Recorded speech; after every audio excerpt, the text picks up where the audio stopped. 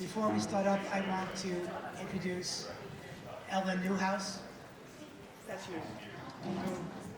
I'm blessed to have now as a friend and as a colleague. She's on the board of the hospital and also in many other ways. And someone I talk to at least 3 times a week, and we talk about almost anything. We have a good time. But she wants to speak to you as a member of the hospital board and say a few words. And, I think I did press. Okay, thanks, Rocky. So yes, I'm Ellen Newhouse. As Rocky just said, I kind of wear several hats here. I'm a parent, I'm a friend, and it's because of those 2 titles that I readily and happily became a member of the board. I can't do this without cheat sheet. Everybody else can do it, but I need it. So being on the board is not only an honor, it gives me a way to express my immense gratitude to Dr. Murata, Dr. Gerber, the Silver Hill team here, all of whom came to the rescue when my family was in crisis a couple of times. And I can't thank them enough, and I can't do enough to thank them. But I also want to thank all of you for all the contributions that you give to the hospital, including being here today. I find this to be amazing. I hope you do too. The collaboration, the talking with each other, the bringing in of so many disciplines is just amazing, and it's what makes a good organization. Thank you for your curiosity and interest in mental health and in understanding care for neuropsychic disorders is indeed a long road.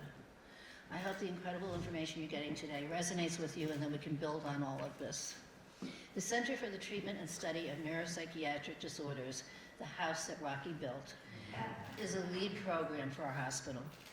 It's often the program people associate with when they hear of Silver Hill. But there's work to be done, not only to continue to keep neuropsych the state-of-the-art program it is, but also to enhance and add to other mental health and substance use disorder treatment programs that the hospital offers. The board is now developing strategic initiatives to support I gotta say that word right, Silver Hill's leadership in these areas now and into the future. Of course, that takes work and it takes money. So I'm here to ask for both. Your financial help is always a necessary component, and we greatly appreciate anything you can give. But what we've been talking about before lunch is really what you can truly make a difference in, which is speaking up for the hospital. Get the word out. Talk us up as the role model we are. Help Silver Hill maintain the solid leadership in overcoming the mysteries and the stigma of that challenge proper care. Since I've been a part of this world, I can't tell you how many people come up to me in devastation and asking, I don't know how to help my adult child, my wife, my husband, my friend. And I wish you the confidence that I have, and I know so many of you have and continue to use, to say, take your loved one to Silver Hill. If you have any questions or thoughts, please feel free to reach out to me, Tim Doherty, who was here previously. I don't see him now, but that's the head of our the Chief Advancement Officer, Dr. Gerber, or any of us. Thank you for listening. Enjoy the rest of the day. We have a big treat ahead. Thank you.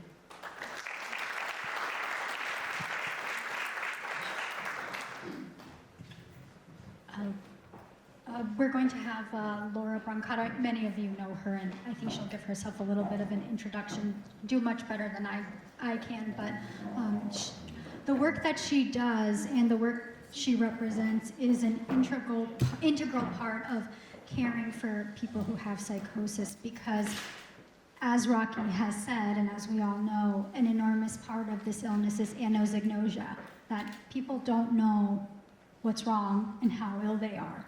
And they don't start to gain any insight about it until they're properly treated. And sometimes, most of the time, those treatments come with disadvantages, and especially side effects that are somewhat unpleasant and require constant management. It's not fun, but it's far better than the alternative. And she does very important work with how to help families manage that long-term trajectory of care. Good afternoon. My name is Laura Brancato. As Sophia mentioned, I'm a practicing attorney. In private practice, I call my practice area vulnerable client specialty. So I serve any client who has a neurodivergent profile, certainly clients who live with serious mental illness, but also individuals who have an intellectual or developmental disability, people who live with long-term substance abuse issues, adults with cognitive impairments due to dementias or other brain injuries. So certainly, the broader spectrum of the practice area is that we're talking about long-range plans. And most times when you're in crisis, you're thinking about the very short term, which is a totally appropriate viewpoint in the moment. But as we heard this morning, there are so many different aspects of care that have yet to be really well understood or really be well administered. And so because of that, all of the problems that were raised this morning without solutions end up becoming a legal issue at some point. Whether that's in the criminal justice system, unfortunately, for many families here, you've been through that. I've worked with a lot of clients in the criminal justice system. Whether it's in the civil part, in treatment over objection, and we're going to talk about all of those things, AOT, as Dr. Laitman mentioned earlier, or whether it's just in your planning for what happens when you're no longer able to take care of somebody who clearly struggles to maintain stability in the community in the form of estate planning or advanced directives or guardianship. And the most heartbreaking thing that I hear often from clients is that they go to seek legal services and they're told there's nothing we can do. There are no legal options for you. The court system doesn't provide for someone living with serious mental illness. And though I disagree with that in principle, what we'll see from a statute perspective is that's actually true. So what Dr. Gerber was mentioning earlier about advocacy, we'll talk about some things that'll probably infuriate you toward the end of the lecture about legislation, about funding, about care, insurance companies, hospital systems, but certainly we come from the place that there are always answers. They need to be creative answers and they need to be flexible answers. No profile in here is the same for a neurotypical person, and that's certainly true in a neurodivergent profile. I cannot make one plan that fits everybody. And unfortunately, the law is supposed to be equally applied. And so we're going to see what happens when that doesn't function. So that was the introduction. I've been practicing in private practice almost 23 years. I started my career in the district attorney's office, working in the mental treatment part, the court treatment, domestic violence parts, elder abuse parts. So I've seen these cases for about 8 years on the other side, and just how inept the criminal justice system and judges and lawyers generally are at dealing with the crisis of mental illness. And then in private practice since about 2010. We'll talk about legal frameworks, treatment over objection, which is often the question we get asked as attorneys, guardianship and conservatorship, and a few other topics. Okay, so where do we start? Rocky and I had kind of a devastating phone call on this day a couple weeks ago when this gentleman in New York City stabbed 3 people to death in broad daylight in the throes of a mental health crisis, right? So this was just about 2 weeks ago. So this is the framework in which I work. My practice is primarily based in Manhattan. It's a mix of both public interest work. I work in pro bono settings and also for private clients. Certainly, I get appointed by the court system in cases where there might be criminal defendants or civil defendants who are suffering from mental illness. This headline is true, right? New York City's whole rotten system, and what that's referring to, of course, is the cycle of treatment in and out, discharge, planning inappropriately, lack of available beds, lack of available long-term treatment. We talked about the length of time. I went to a lecture recently where they talked about, the evolution of the asylum, deinstitutionalization, taking people out of state-run hospitals and arguably putting them into community-based care, except the community-based care doesn't exist. So what do you do with someone who's exhibiting very long-term and serious effects of mental illness who doesn't have a stable placement?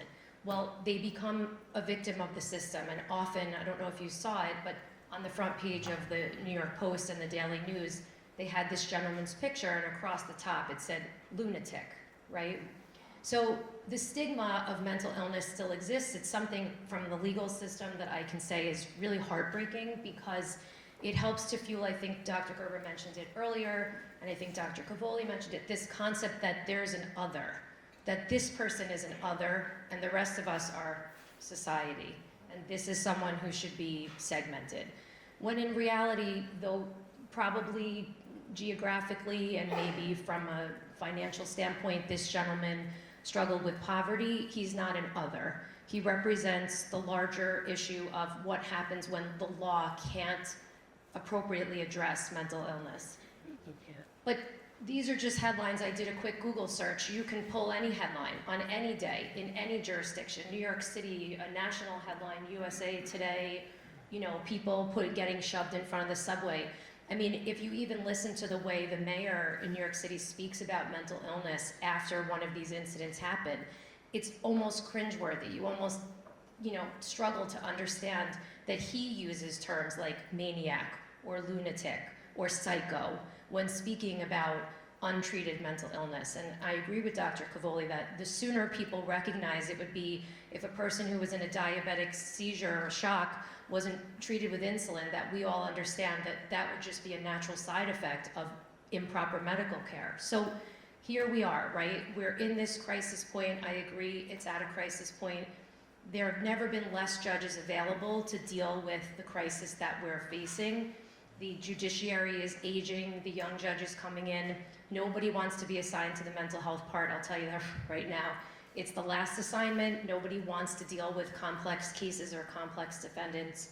I'm working on a case right now in Manhattan Criminal Court of a client, working with Brad on this, who was arrested in a psychiatric emergency room during a psychiatric emergency for punching a nurse.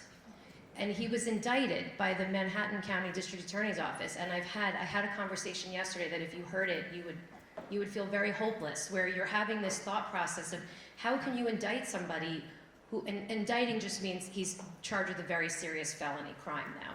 And the prosecution's asking him at 24 years old to go to state prison for 2 years, where we know he will never receive the appropriate mental health treatment, right? So, and this is a guy who was functioning very well at Cooper Reese and was on the right track, went off his meds. His parents tried to get legal intervention in North Carolina. They were denied. He drove himself up to here to the tri-state area and promptly got himself arrested for a different crime and ended up in Bellevue and then the psych emergency room, where he was arrested, handcuffed to the bed after having this psychiatric emergency, right? So, but for Brad, I don't even know if he would have ever gotten in an ambulance, because he was having a psychotic episode and nobody from the paramedics would pick him up. So a private ambulance with parent-funded, you know, support had to take him to the hospital in the first place. And that was last month. So where are we, right? How do we address where we are? And I think that where we are is the catch-22. The current law prioritizes personal autonomy over treatment. The Constitution of the United States has built into it, for very good reason, a lot of personal freedoms. The Fourth Amendment, the freedom to be free of unwanted bodily intrusion, and those are the principles, though they exist at the federal level, are encapsulated in every state constitution. So all 50 states have versions of the federal law, and many of them, when they encapsulate the federal law, like New York, actually add additional restrictions. So New York State is one of the hardest states to get treatment over objection, because the New York State Constitution builds in even more autonomy. Now, as Sophia mentioned, autonomy assumes sanity. Autonomy assumes that a person is making choices about their own bodily freedoms and medical treatment in a state of awareness. The law does not make a real concession for a person who's trying to make a decision in a less than ideal mental state.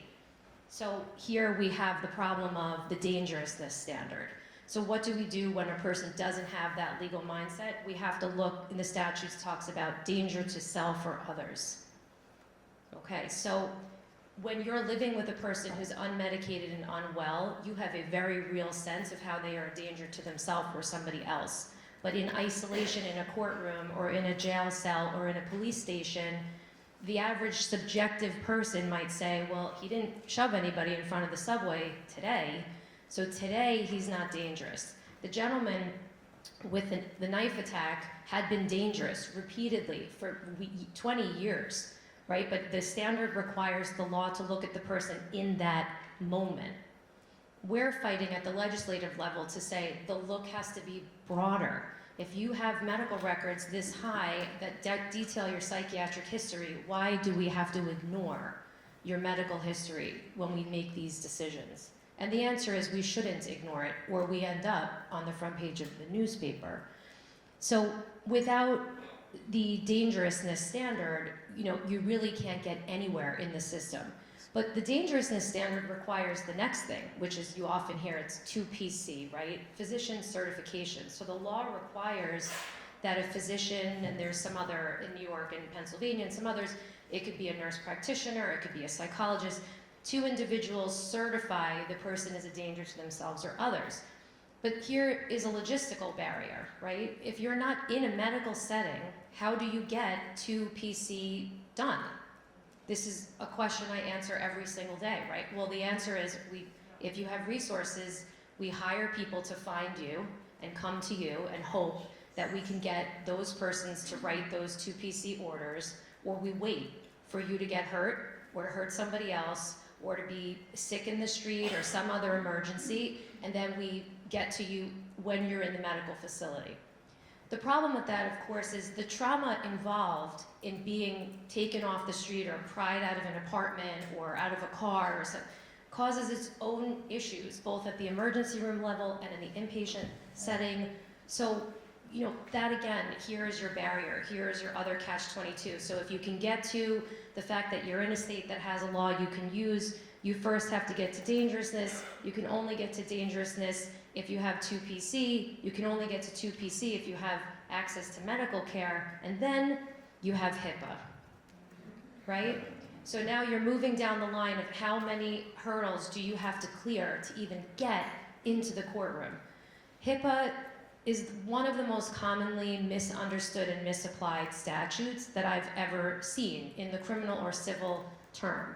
And if you do nothing else, I encourage you to read what the HIPAA law actually says, because as a parent, as an advocate, as a treatment provider, if you can turn the discussion about HIPAA back to the provider and actually say, you're misusing this statute, you're misapplying this standard, HIPAA never means you can't speak to the treatment provider. It never means that. This concept that this psychotic person has declared, I cannot speak to you, does not mean that you can't speak to them. Does not mean that you can't deliver your 7 pounds of medical records to the front desk of that hospital and say, here it is. It doesn't mean that you can't communicate. It might mean they can't communicate with you. And I say might because it really depends. But of course, when you put all of those things together, a person who's, quote, exercising autonomy, blocking everybody's ability to hear about treatment protocols, lacking insight, now you end up with your 4th problem, which is an ineffective discharge plan, right? How many clients I have who tell the treatment providers, it's okay, I'm going to this hotel room I have in Manhattan, and I'm gonna live there, and my parents are gonna pay for that, and I have a job, and I'm back in school, and NYU accepted me back. And the treatment providers hear that, and they believe it, and they make a discharge plan on that basis, except that's not a real discharge, because none of those things exist. I say this to my clients not in a negative way, but it's really important to know, in every state in this country, once your child turns 18, even if they are profoundly disabled, they are emancipated. You do not have a right of support. You don't have a right to support as a disabled person under any law. There's nothing, maybe child support law depending on what state you're in, but there's no way a hospital can force a parent to receive a patient from a hospital. If you don't want to be the discharge plan, you don't have to be the discharge plan. But how do you even communicate that if you can't even get to the discharge planning meeting, right? And then we get to the biggest issue, lack of long-term beds, or affordable inpatient treatment options. And then, as we talked earlier, the lack of insurance coverage means the lack of motivation for medical facilities to maintain hospitalization, even when it's clearly necessary. So we talked about this broadly just a minute ago, but just so that everybody sees, this is a really good summary about what the Medicare standard of safe and appropriate discharge is. So most hospitals, whether you're a Medicare recipient or not, abide by certain provisions in the Medicare law. The Medicare law says to have a safe and appropriate discharge requires the planning process be consistent with the patient's goal for care, ensure an effective transition, and reduce factors leading to preventable readmissions. I would say 9 times out of 10, when my clients are facing discharge for a loved one, there is no way the hospital could show that first paragraph. So a lot of times we work, if we're being creative, we don't wait for the legal system. We try to come up ahead of it. And I've written many an uncomfortable and impolite letter to hospital facilities using this language, because there is a financial penalty to the hospital for violating this provision of the Medicare statute. And though a lot of states, including New York, are trying to actually impose and increase the fines for violating appropriate discharge planning, it's not a very well-known process. So whether or not the hospital will speak to you, the first question I always ask, and I have a nice database at this point, was what is the name of the law firm that represents this hospital? As soon as you start to say that, things will slow down. That rush to discharge usually slows down. My lawyer wants to speak to your attorney. Can you give me the name of risk management? Can you give me the name of counsel for the hospital? Because once I send this letter, what is this? It's notice. I'm putting you on notice. And I will tell you that probably one of the most important factors in the legal system and outside of it is nobody wants their face to be on the front page of the newspaper when they release somebody who's dangerous. So though I dislike the climate in which people with mental illness are being uncharacteristically, posed as dangerous criminals, it helps, and we can use it to our advantage because you can use fear to force additional treatment. Now, many people might say, I don't really want additional treatment at Mount Sinai. I don't want additional treatment at New York Presbyterian because the treatment there isn't great. And it probably isn't ideal, but it's treatment and it just buys time to get to the next step. So sometimes we're just using these as bridges, right? So from a legal perspective, the first thing I hope everybody takes away from this is discharge is not just a hospital's decision.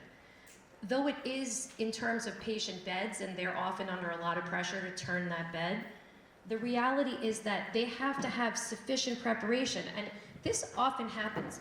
Most, if not everybody in this room, is probably a little bit of a type A personality and can get these things done, right?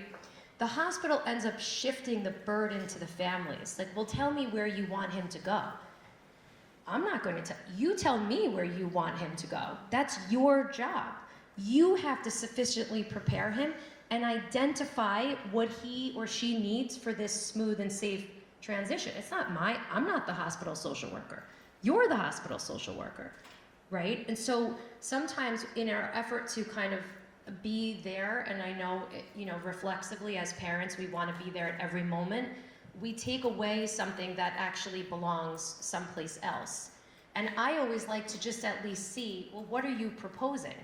If the first 3 things they propose are not safe or appropriate or have no available beds, oftentimes you'll get a referral for an IOP program. I'll say, give me the phone number. You call, we're not taking any new patients. And then I just turn around and say, this is not available. You can't give me this. This is not available. You have to provide me with availability, not just a phone number where nobody answers the phone. So that answers the question. Your legal choices are to be persistent and to be informed, because the Medicare law is pretty strict here. So when we talk about the legal framework, it's important to separate in your mind in every state in this country, there is a set of courthouses that deal with civil matters, everything from car accident cases, construction litigation, real estate fights, all of that, and criminal term, right? The criminal term is anything that's defined usually by a penal code or a penal law, and those are the things we commonly think of: assault, weapons possession, things like that. Most of the legal constraints or confines or statutes that apply to mental illness are on the civil side. There are a few pieces of the criminal law that can help you get treatment, but unfortunately, that treatment's going to happen at a state-run psychiatric facility, not a desirable place to be. So we look to the civil law to talk about what legal options might you have. There are civil statutes that mandate retention, so very important terms. You have to differentiate in your mind. Retention refers to holding a person in a facility over their objection, usually 72 hours, but it can be longer than that, but 72 hours before court intervention is necessary. Civil statutes that mandate treatment. So don't assume just because the hospital can hold somebody that they can medicate them. That's a different standard. It's a second step. It has to be obtained separately. So civil statute that retains and treats, and then a civil statute that mandates outpatient treatment. AOT is commonly the only real one that has any teeth. That is an outpatient mechanism, but it's also a legal process. There are criminal statutes that mandate treatment and mandate supervision. Okay, so everything on the left are short term.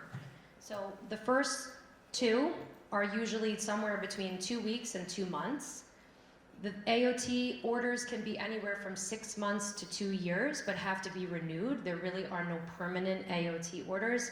Criminal statutes for psychiatric hold could be permanent. You could be found guilty by reason of insanity and assigned forever to a state-run psychiatric facility. Parole and probation anywhere from 1 year to 5 years. Okay, so here's the problem. When we talk about long-term legal options, we don't have any. There aren't any. Everything on the left is short.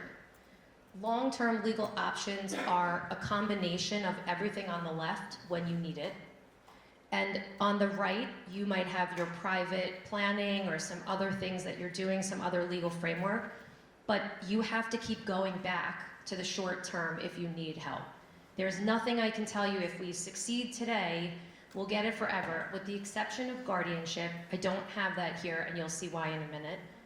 But guardianship could be permanent, but it's often not super effective for those of us with loved ones with mental health challenges. So we have to know that I anticipate being in the lives of my clients for as long as I practice, because just as wellness is cyclical for some of our clients, so is their need for legal intervention.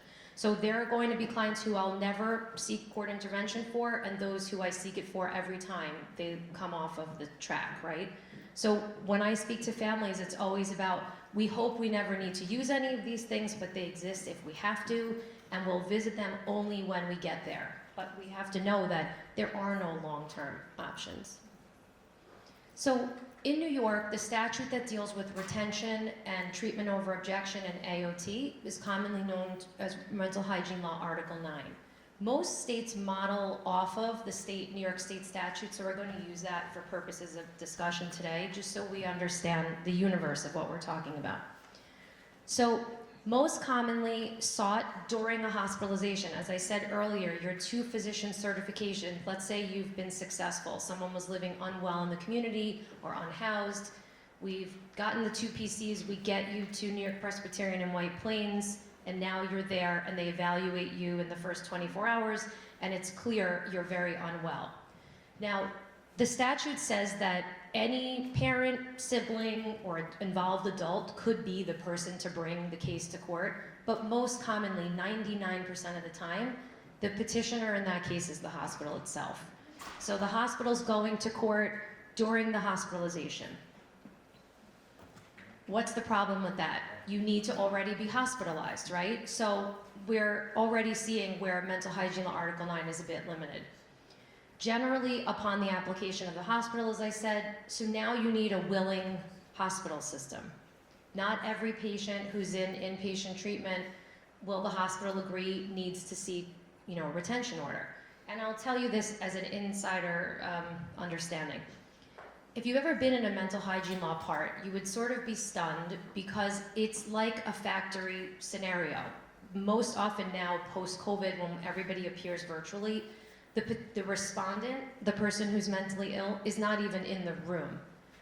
Even if they're represented by an attorney in New York, they have to be. In other states, it's not necessary, but the attorney is there standing at a table, the hospital's lawyer is here, the mental hygiene legal services is here, the judge is here, and they may do 30 of these applications in 20 minutes. It's literally, they call a name, John Doe, stamped, go. Jane Doe, stamped. Mary Smith, stamped. So what is the hospital doing in that process? They're only going into that courtroom if they know they can get it. If it's borderline and they think mental hygiene or any lawyer for the respondent will object, they won't go. Because the judge relies on the hospital's assertion that every case they bring in is necessary. So herein is part of the problem with the system, right? Is that this happens a lot in the criminal justice system too. We rely on the prosecution to only indict crimes that are provable. And that gives the judge assurances when they move forward with cases that everything that should have been pled out or dismissed has been removed. Well, when you're in this process, the hospital is weighing its efficacy, its reputation on whether they can get an order for your loved one or your client. And we know people who are borderline, especially with schizophrenia, present well, and they can argue with the best of them. They're often incredibly bright, brilliant IQs, and the hospital worries that they won't get the stamp and that will hurt their reputation the next time and the next time. So you're fighting that anytime they're making a decision about whether to go or not. HIPAA protection is often invoked by the patient, which means there's no flow of information. The parents often are not even aware that the proceeding has happened. The hospital's not allowed to tell you, you're not allowed to participate. Even if I get hired as counsel for the family, I'm not allowed to participate because of the HIPAA protection. I will tell you, I find it strange because I, as just a stranger off the street, can sit in a courtroom and listen to 10 orders because the courtroom itself is not sealed. So there's a very weird constitutional issue about sealing a courtroom. So any person, you could walk in off the street and sit and listen. You wouldn't hear much of anything because you don't hear anything, but anyone can go into the courtroom. So I find it odd that the family is often precluded. But there are often significant limitations imposed by a court order. So the court may give you treatment, but they may limit what the hospital can ask for. And the hospital has to delineate exactly what treatment it's seeking to impose because of the constitutional implications of that court order. Well, if they are fearful that they won't get something that's been proven to be good but is still controversial, or something that's less mainstream, they'll go with what they give the 10 people before. I'm gonna give everybody lithium. I'm just gonna, across the board, lithium for everybody. Even if lithium for this particular person isn't indicated, it's a little bit easier. So we will have that second application to obtain the permission for meds, but the hospital, again, needs to agree to the necessity of the medication and agree, in essence, to keep the patient 2 weeks longer, right? To make sure the medication is working.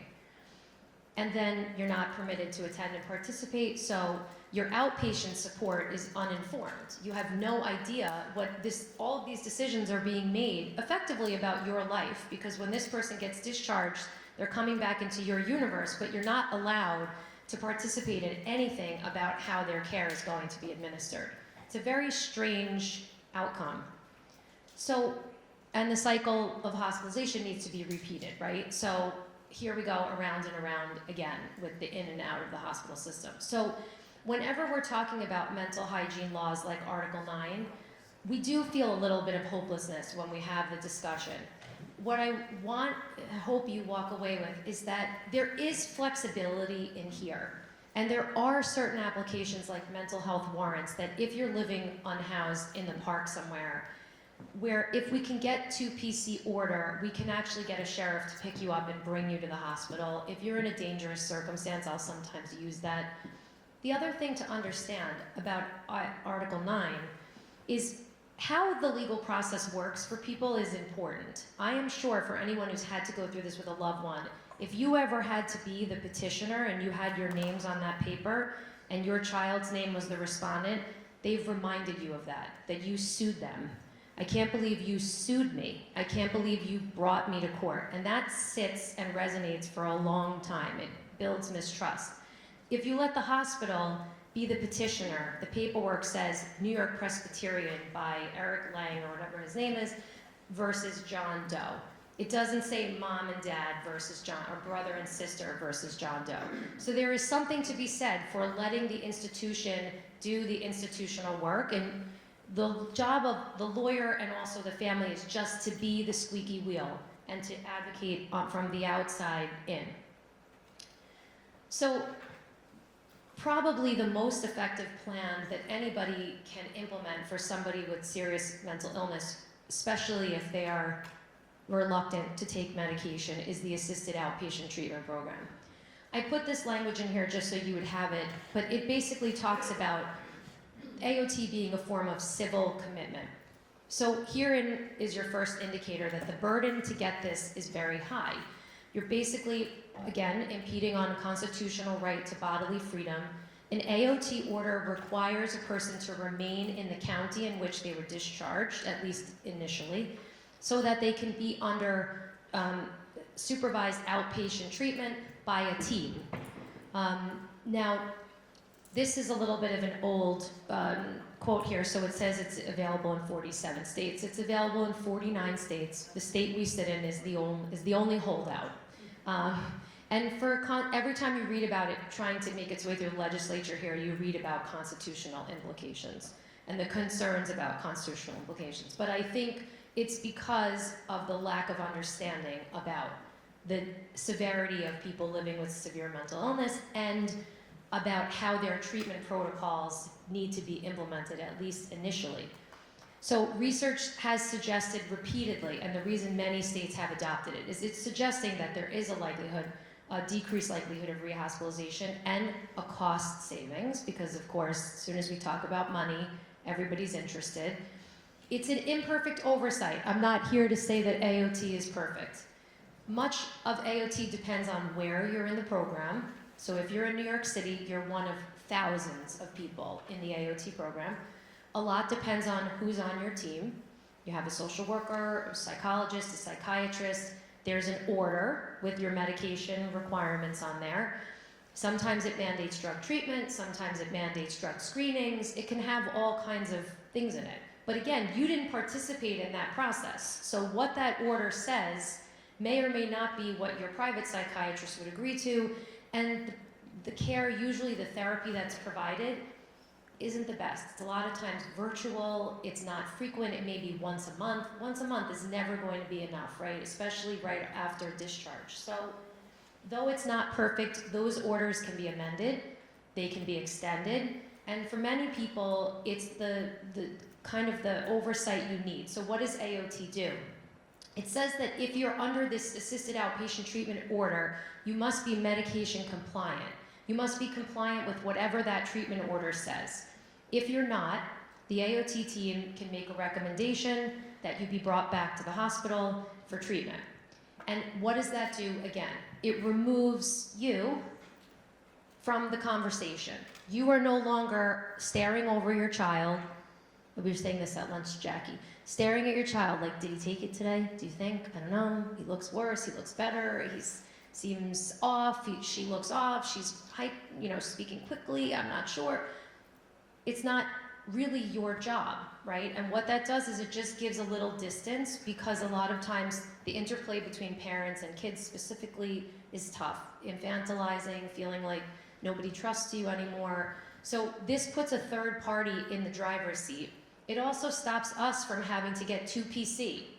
So if you're in this program and you're ill, I don't have to get 2 PC. I don't have to run Brad's crazy mind around, get me an ambulance, get me a thing. I just call the treatment team and they handle it themselves, right? So I get out of a lot of those other mechanisms. And when they go into the hospital, the treatment team, the AOT team, ideally, if Dr. Laitman's leading your team, he is there when you get there, and he's telling the staff in the hospital why you're there and what your history is. So it's a little bit less of a logistical burden. So I do think my experience has been that the team you're on and what the order says drives the success of that program. And I think a lot of states are revisiting and revising based upon, the implementation of this program. Again, by itself, it's probably not quite enough, but it's certainly finally a longer-term tool in the toolbox. Probably, other than hospitalization, one of your only tools. So the other question we get often is, well, why can't I just get a guardianship? Why can't I just take somebody who's 30, 40, 50 years old, who's shown that they can't be successful in the community? Why can't I just put them under guardianship? Guardianship, also called conservatorship, in Connecticut we call it conservatorship, is another enormous constitutional question. And if you watch Britney Spears these days on the news, you question, right, whether or not somebody like Britney Spears would benefit from being under guardianship. And though I dislike using her as an example, she really is the poster child at this moment for living unwell in the public eye with what those of us who work in this space would say is clearly some type of mental health problem, right? And so her story is instructive. In California, it's called conservatorship. She was having some struggles with mental health. Her parents sought conservatorship. Her father was initially appointed her conservator. Now, in California, they have the right to do things we could never do in New York. Every state encapsulates this differently. Her father was able to control her reproductive rights there, write her business contracts. We could never do that in New York. Every state has a different way of implementing this program. But nevertheless, he was basically controlling every aspect of her life. Those salacious things you heard on the news that he forced her to have like a birth control mechanism, those things were true, and he was allowed to do that because of the court order. What was icky beyond that about that case was he was also profiting off of her continuing to work, which is totally inappropriate and again would not happen in New York because of the way our law is written. But leaving that aside, you didn't see Britney Spears on Instagram or Facebook or LinkedIn during those periods of time. You heard about Free Britney, you heard about how he was exploiting her for potential financial gain, but you didn't see her arguably embarrassing herself and doing herself reputational harm in public. And then the conservatorship was terminated. And now we see she has the right to get married and divorced, potentially to have a baby or not, right? Arguably living, at least in the public eye, in a somewhat peculiar fashion, and even doing things that seem dangerous in plain sight. And now we're all sitting there asking ourselves the question, would conservatorship have been better? What could it do? So what is guardianship? What is conservatorship? It's a mechanism with the civil court system, again, where you evidence or prove to the court that a person lacks functional abilities. Functional abilities, in New York anyway, Connecticut's a little different, are not defined by a medical diagnosis whatsoever. In New York, if I initiate a guardianship, I am prohibited from using medical evidence. I'm not allowed to introduce your medical records. I'm not even allowed to say what your diagnosis is.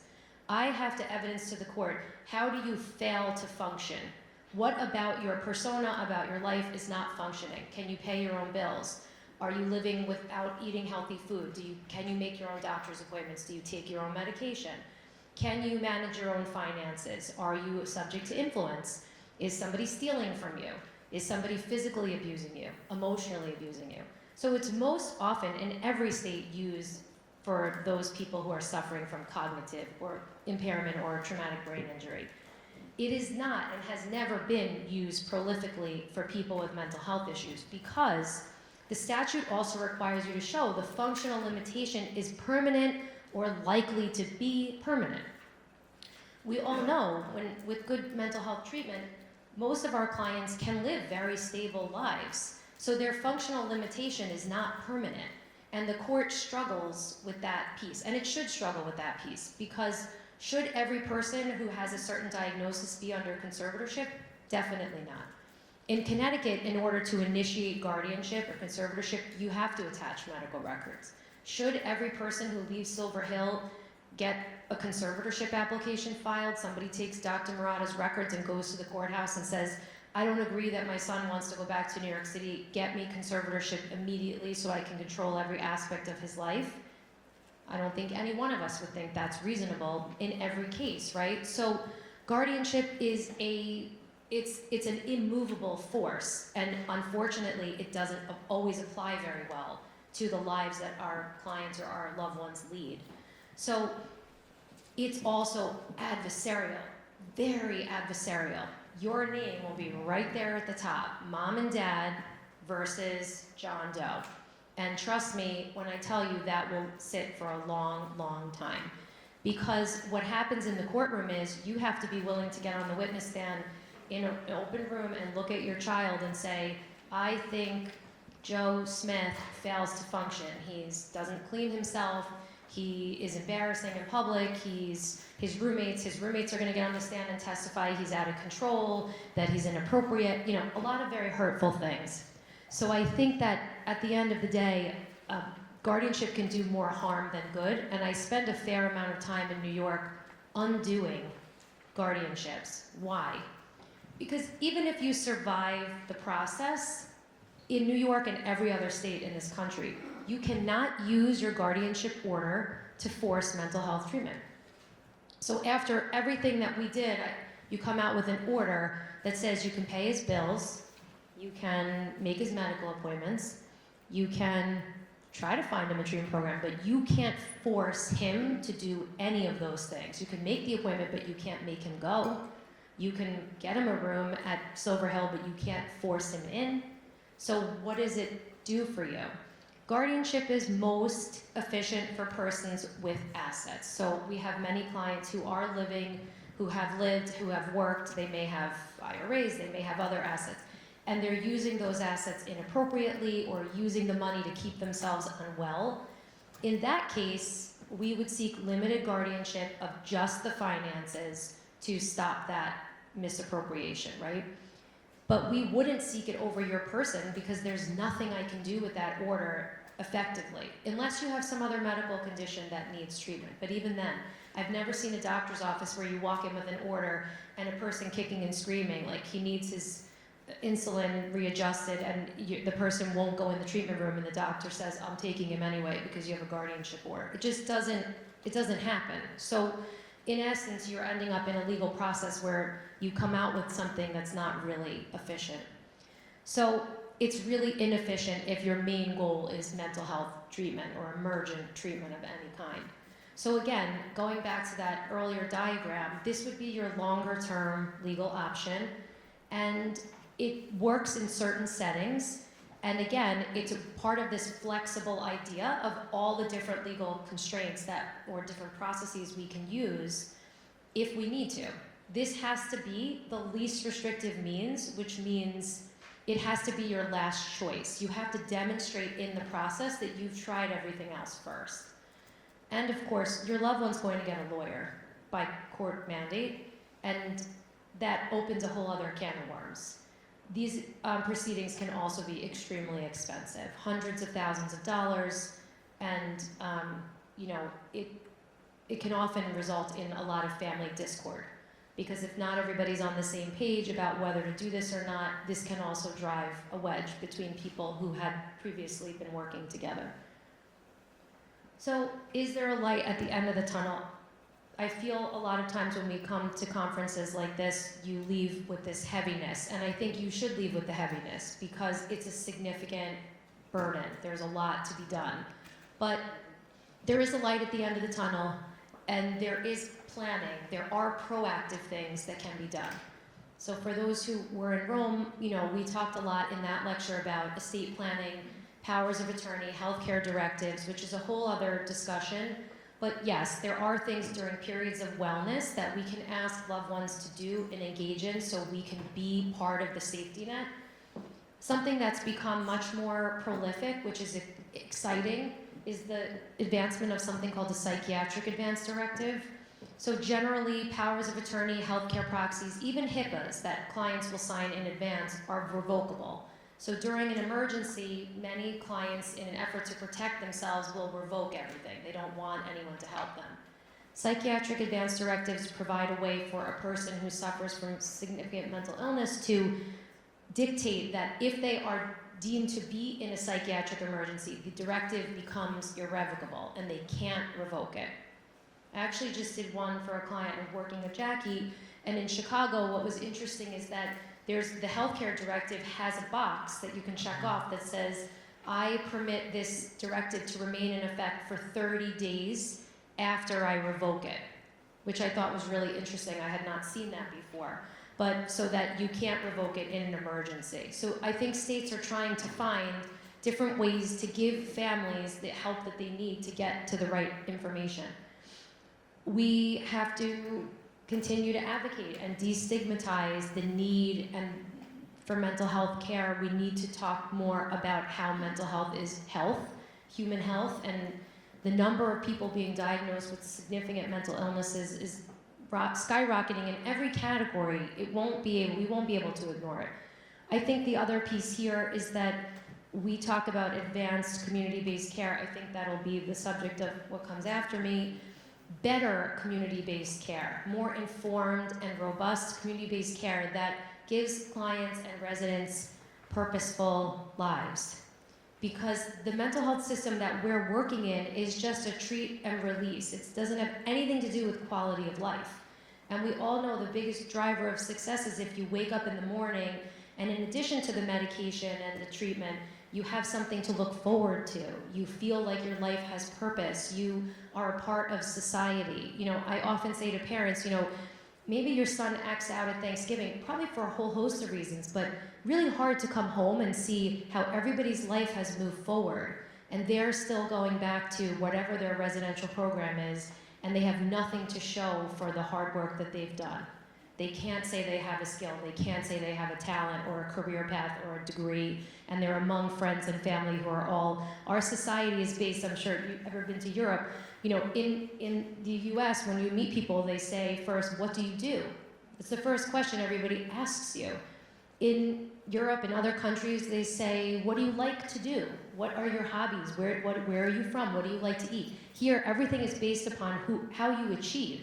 Well, if you're not achieving because you're just struggling to live, it's very hard to have long-term success. So we're talking about community-based care and consistent support, recognizing a lot of our clients have executive functioning deficits that are going to keep them from doing mundane tasks, and not characterizing that inappropriately as laziness or failure to launch or unwillingness or defiance or, you know, all these things about budget. If one more person says he doesn't budget, and I say, what 25-year-old budgets? Show me a budget. Do you ask your typically developing kid to budget anything? Why are we creating this artificial circumstance here? Most kids use a debit card. If they double check it against their bank statement, I'm shocked. We don't do that anymore. So just this concept that we can't impose artificial measures of success here because we have much bigger fish to fry. So legislative initiatives. I took this picture. I was at a conference up in Canandaigua County at the conference center, and this was the view from my seat. And I had to keep looking out this window because what the state was talking about in terms of mental health treatment was so infuriating. I was either going to just leave or scream out. So I just kept looking out this window. But yeah, I mean, we have significant legislative hurdles. Connecticut is one battle, New York is a whole different battle, but has very similar challenges where everybody wants to say they're progressive and they want to talk about their willingness to be accepting of immigrant populations, and we're very thought-provoking, and we have a lot of social services, and the money is stuck somewhere at the top, and it's not making its way where it needs to go, and that affects every person. Anyone who elects anyone is responsible for holding the official accountable for where that money is going. So the Treatment Advocacy Center is doing a lot of work here, NAMI certainly always, state and local government, mental health parity laws. So increased spending. I just thought this was really interesting. So this came out in September, obviously before the election. But they announced historic investments to integrate mental health and substance use into primary care. So this is in addition to other budgetary measures, but you notice this number here, like 240 million, right? So this is a federal program. So they're talking about 240 million to launch and expand mental health in 400 community centers across the country that are going to serve 10 million. So 10 million people are going to split $240 million, right? We can do the math and know that's ridiculous. But what's interesting, right, in this discussion about cannabis, so this was in May of 2018 when New York was considering the legalization of cannabis. Governor Cuomo put out all of this, he really wanted this program. So he put out all of these press releases about these studies. So showing here, the report estimates the legal adult use marijuana market to be $3.1 billion per year in New York State alone, with about $1.1 billion of that in the city. So now you're talking about, 30, I think it's 30 states in the union now have legalized cannabis. So that was 2018. I think the numbers far exceed this number. The other thing we didn't talk about at all here, because it's not always the focus of mental health, but the legalization of gambling in New York and the prolific way that people now have access to gamble on their sofa from their phone is also, from my legal perspective, an enormous societal burden that nobody's really talking about. And even organizations that there's an organization on Long Island, EAC, do all this amazing work for outpatient mental health support. They are supporting building the biggest casino on Long Island because it's talking about job generation. And I'm saying, yes, and then you better hope you make a lot more beds available for people who are struggling with types of addiction who now are going to gamble and end up penniless and needing support. So what's interesting here is when they did this study, they said decriminalization has clear human and societal benefits. Where it's been legalized, there have been declines in teenage use of marijuana. Well, we don't see that, right? We don't see any of that in what Rocky said earlier. So this is not happening. We're not seeing this. And now what do? How long will we wait? So the federal government's going to give $240 million, even though by comparison we're making billions on marijuana legalization in one state by itself. So what does that mean here? When Governor Hochul updated her budget for last year, this is in April of last year, I don't know if you can see this, it was kind of small, but she's adding 200 psych beds at state facilities. But what that really means is she's adding 3 25-bed transition to homes. So those are for criminal populations, right? Including individuals, right, with criminal justice. And she's adding 20 beds in the state. So this whole budget proposal for last year was to add 20 beds. It's just, it doesn't make any sense. It doesn't make mathematical sense because if you're going to legalize marijuana, then why aren't you making the funds available for all of the after effects of that decision? And that's the problem, is we regularly see the money getting stuck at the top. Everybody wants to help, initiate programs for serious mental illness. The only program that was initiated in this calendar year in New York, and it's an important program, but Governor Hochul passed a law that says every college ID card in the state of New York has to have the suicide prevention line on the back. That's the only program that was initiated here. So billions of dollars being generated. So that's just the number for marijuana. The number for gambling is staggering. What the state is taking in gambling. Much of that money going to build the Buffalo Bills football stadium. $750 million in public money, in your tax dollars, going to build the stadium of one of the most prolific teams in the NFL that could well afford building its own stadium with public dollars instead. So we're reprioritizing what we think needs to happen, and then when the wheels fall off, we very readily print the picture and write lunatic on the top because that's easier. But the answer is just that at this point, if from an advocacy perspective, for people who have resources, this problem is challenging. It's mind-numbing. It's heartbreaking. For people who lack access to resources, it's a life sentence. It's a death sentence in many cases. So I think that, if we're talking about what we all can do, it's just to keep being aware of the differential in health is treated and mental health is segregated in the conversation, and also how we're creating new avenues for creating a crisis, but we're not taking those dollars and putting them where they belong in terms of support. So I hope that wasn't altogether depressing, but I will say that you know, it might be difficult to find anyone that terms themselves a mental health lawyer in the world. If you Google mental health lawyer, you don't come up with that many names. But I will say that this is an area of the law that's changing and developing, and I'm happy to answer any questions now or later or at any point. My email is in the slides, and I'm always available to chat with anyone about, you know, their questions or concerns. And again, you know, there is hope. It just has to be a flexible, you know, fluid thought process. So thank you for having me.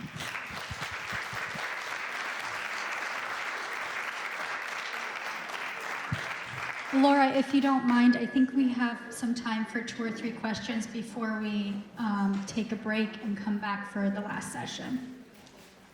If anyone has any commentary. Go ahead. I just have a question, so I'm curious. You were talking about some of Connecticut and New York, obviously locally for us, the first states that have some difficulties. Are there any, in California, are there any states that you find that are easier to work in? Such a good question. Brad's staring at me because he knows I don't know the answer to this question. Florida, we love Florida. Florida is different because it allows you to get the treatment immediately. It's kind of act first, ask questions later, which I love as a statute because it gives you the ability to actually get the person in the hospital and then come back to court after there's been some data collected. Because for those clients we just can't get to who are living unwell in the community, you know, it's hard to get the information you need to go to court. California can be, depending. Massachusetts is a little tough, but have some very good progressive policies in place. So usually wherever you see really strong mental health systems, like out of, you know, Ellenhorn, there's a program right around there. So it just depends. But, you know, unfortunately, we have much more liberal laws around the death penalty. We're much quicker to execute people, even people with diagnosed mental illness, than we are to treat people who are sick. You have more rights if you're on death row than if you are living with a mental illness. It's just the reality. In your experience, is there any abuse of those laws in Florida? I'm sure that there would be people who would say that there are abuses, and I think that, you know, it depends on, I think you're much more likely to see abuses in the criminal justice system than in the civil system, but I know a lot of families are now seeking care outside of the country because in Mexico, apparently you have no rights. You can just be dragged off the street and stuck in a facility, similar places in South America. And so we don't want to outsource the problem. We do want to have some process in place, but people are desperate and they're seeking desperate solutions. I just wonder actually if it's possible that education on having more lax law, not more lax, less restrictive laws in states like Connecticut and New York would in fact help. Because I wonder if people worry about infringement of rights. Judges certainly worry about infringement of rights. I think that's part of their job. I actually was at a conference in New York County in federal court, the building that's, you know, the opening scene in Law and Order. That's the building I was in. And I had a lunch with 37 federal court judges. So federal court judges are usually Ivy League educated. They clerked for, you know, Ruth Bader Ginsburg, all these awesome profiles.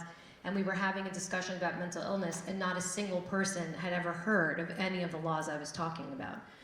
Now, most federal court judges wouldn't experience it in their federal court time, but they've all served as state court judges. So to know that the vast majority of judicial practitioners don't have any idea about the mental health systems in New York State, because we were meeting the day after that stabbing had occurred, so it came up, and it's really stunning. So don't assume that the people you're in front of actually know anything about the laws you're asking them to implement.